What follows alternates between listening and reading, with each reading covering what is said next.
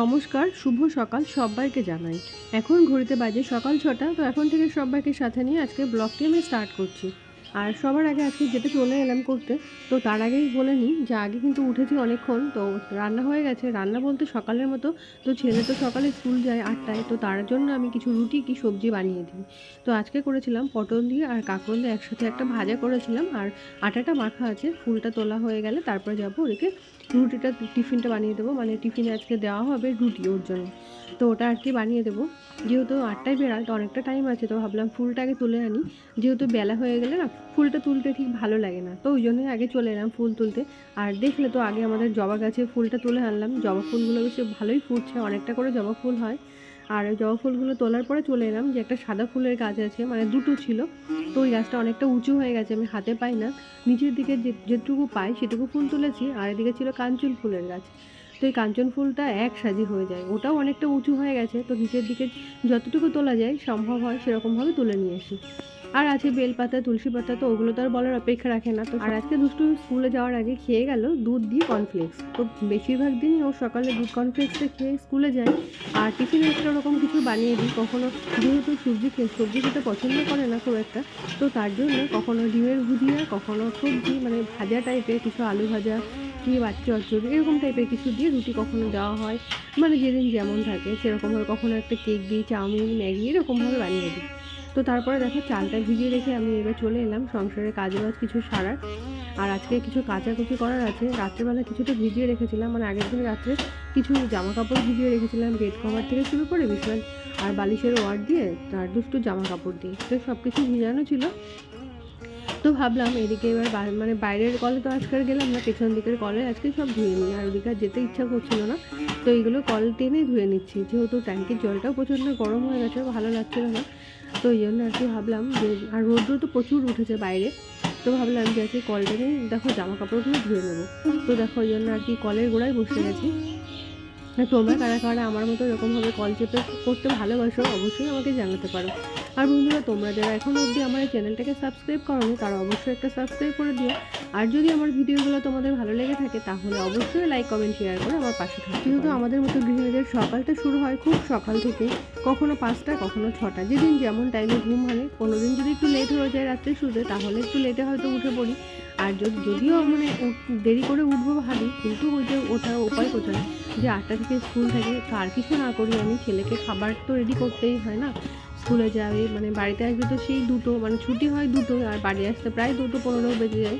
তো এই মিলিয়ে সব মিলিয়ে আর তো হয় না, মানে ছুটির দিন ছাড়া, মানে শনি রবিবার ছাড়া আর রেস্টের দিন সেরকমভাবে পাওয়া যায় না। আর কিছু করো না করো, উঠে কিন্তু আমাদের রান্না বান্না, সংসারের কাচা ধোয়া, মাজা ঘষা সমস্তটাই আমাদের জন্য করে থাকে। তো লেট করে আর কি লাভ, যত সকাল সকাল উঠে করে নেওয়া যায় এটাই আর কি।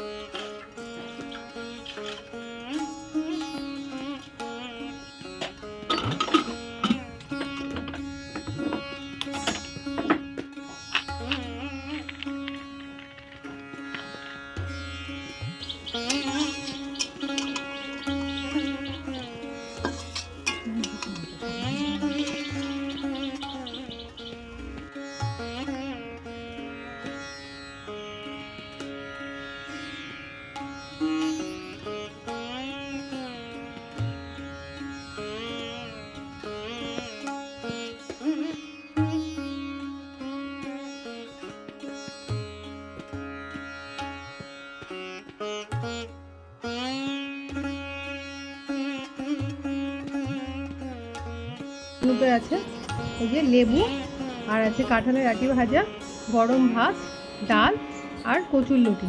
তো এইটুকুই আজকে রান্নাবান্না হয়েছে, আর সেরকম কিছু হয়নি। আর মাছ তো আজকে খাবো না, আজকে তো নিরামিষ খাচ্ছি। তো এই দিয়ে আজকে দুপুরবেলার খাওয়াটা সেরে নিচ্ছি।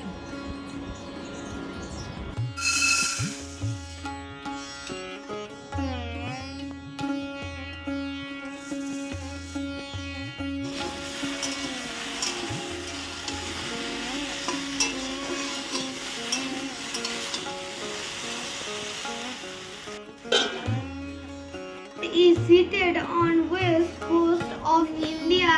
It is the main produce of cotton and groundnut.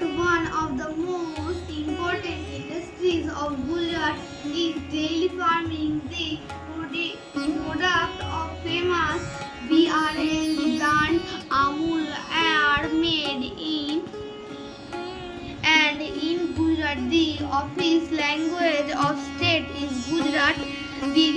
The people of Gujarat are fond of it. The main food of bhakra